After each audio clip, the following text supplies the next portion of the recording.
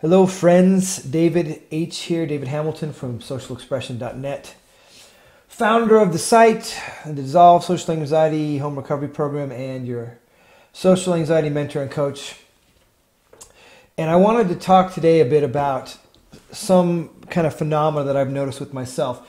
And I've even seen it with other people who've done a lot of personal development work or overcome some kind of adversity as far as mental, emotional issues. In my case, social anxiety, and other people's cases, their own stuff that they've had to deal with, facing fears and overcoming anxieties, depressions, and whatnot. And one thing is that it's as if once you really get a handle on it, there's still the ghost of your old mindset there. And it doesn't completely go away, okay? And the reason I'm bringing this up is because, one, I've mentioned this in other videos, that there was a therapist that I had met, and we had a conversation. I think it was at some kind of networking thing or something. We had a conversation about personal change, and I told him what I did with social anxiety mentoring coaching. And he had said, I think neuroscience has shown, some white paper he read, I'm pretty sure he said that the neural pattern doesn't completely go away. It gets a lot quieter, but it may not go away completely. And I was like, wow. So what does this mean? Why am I telling you this? Well, I just noticed that a lot of times, and I remember this myself, is that when it comes to, overcoming or curing social anxiety, if you think that you're never going to think those thoughts again, think again, okay? And because you think those thoughts doesn't mean you've failed once you've especially really gotten a hold of it, gotten over the hump to where you see the light at the end of the tunnel, like, oh, I have choice over my thoughts and feelings, much more than I thought, and that those ghosts of old thoughts and feelings can still be there and arise. And for different scenarios, it may not be just related to social anxiety. It could be general negativity.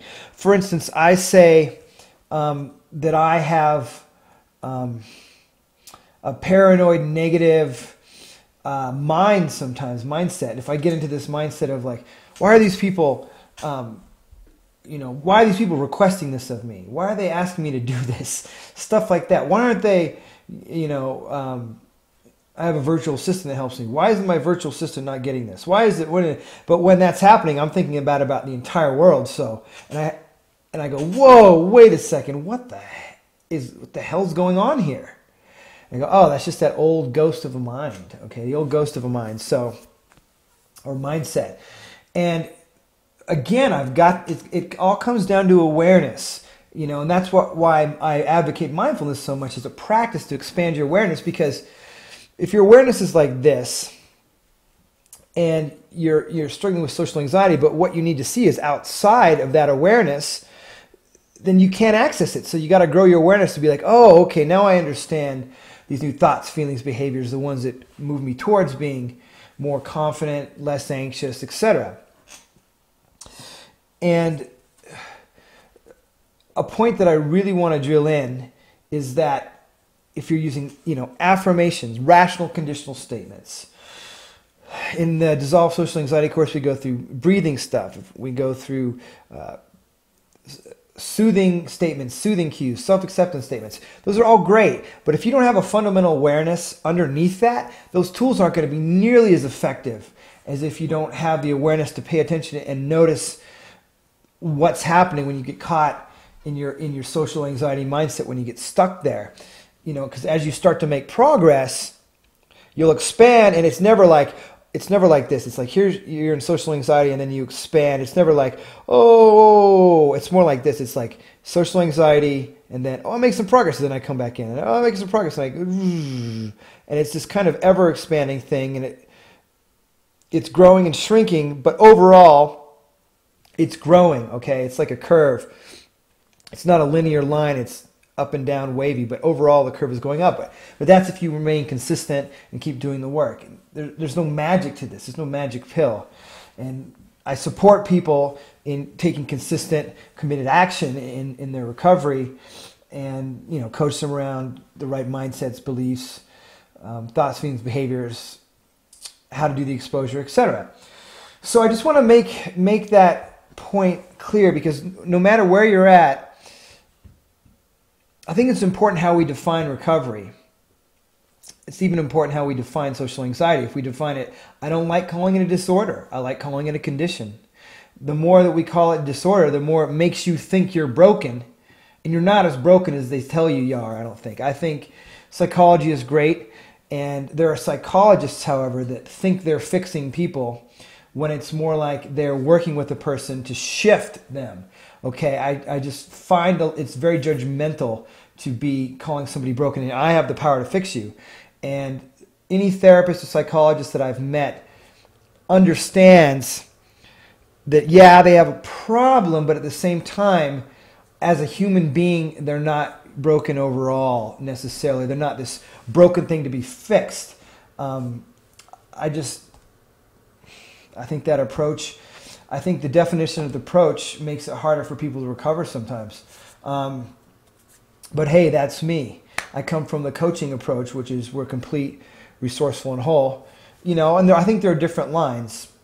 And I think with social anxiety, I think the disorder part, the way it's labeled a disorder, is the way a Western medical system wants to label everything.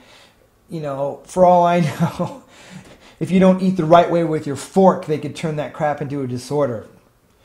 Somebody could. And I think anybody who's well-versed in psychology, but not only psychology, but human potential and human development, knows this. They kind of tongue-in-cheek use disorder as, yeah, it's a disorder. And the therapist I met says, he uses the DSM, I think we're up to 4 now, the Diagnostic Statistical Manual for Psychological Disorders. He says he hates it. He uses it only for insurance purposes because he doesn't treat his clients that way. He doesn't find it helpful or useful, and certainly not caring and compassionate. And I agree. So you can tell I'm very passionate about this. So a couple takeaways I hope you got is that if you're defining your cure, your overcoming of social anxiety, as I can never think these thoughts again, as I need to eradicate these thoughts, you're making it really hard on yourself by that definition, and how we define it can also help us move forward. It's part of the whole story and the language behind it. And the second thing is I still always encourage to think, okay, I got a social anxiety condition, and it's a set of feelings and behaviors and thoughts that lead to social anxiety. But once I shift those, then I'll step out of social anxiety and more into me, more into my authenticity, more into my self-confidence, okay? So that's the video for tonight. And if you have any questions, please leave a comment. You can always send me an email. And best of luck in your recovery wherever you're at. Take care.